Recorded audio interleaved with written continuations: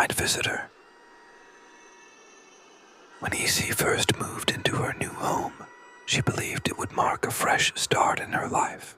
Since childhood, she had dreamed of living away from the chaos of big cities, in a quiet place. The apartment was small but warm. After arranging her furniture, she looked out the window and saw the trees in front of the building, their branches trembling under the pale glow of the street lamp. "This is it," she whispered to herself. "The peace I've been looking for." Yet the human mind, once accustomed to peace, begins to notice even the smallest noises as strange. During her first nights, she had trouble sleeping.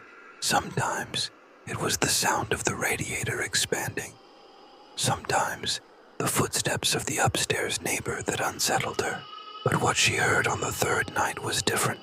The faint tapping that broke the silence seemed to come directly from her door. She checked her phone. 3:02 a.m. Slowly, she got up and padded barefoot to the door. Peering through the peephole, she saw no one, and yet she felt as if a shadow shifted in the hallway, just beyond her field of vision. She waited for several minutes, but nothing happened. She went back to bed, unable to sleep until morning.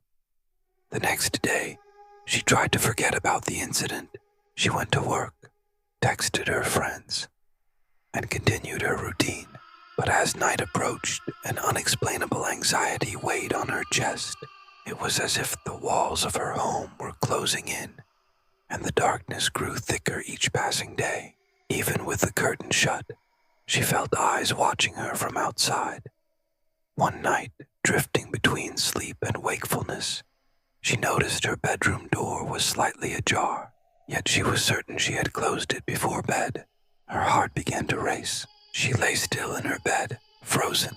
Then came the sound, the rhythm of breathing, but it wasn't hers. Heavy, muffled, raspy breathing. It felt as though someone stood silently in the corner of her room. She didn't dare turn on the light.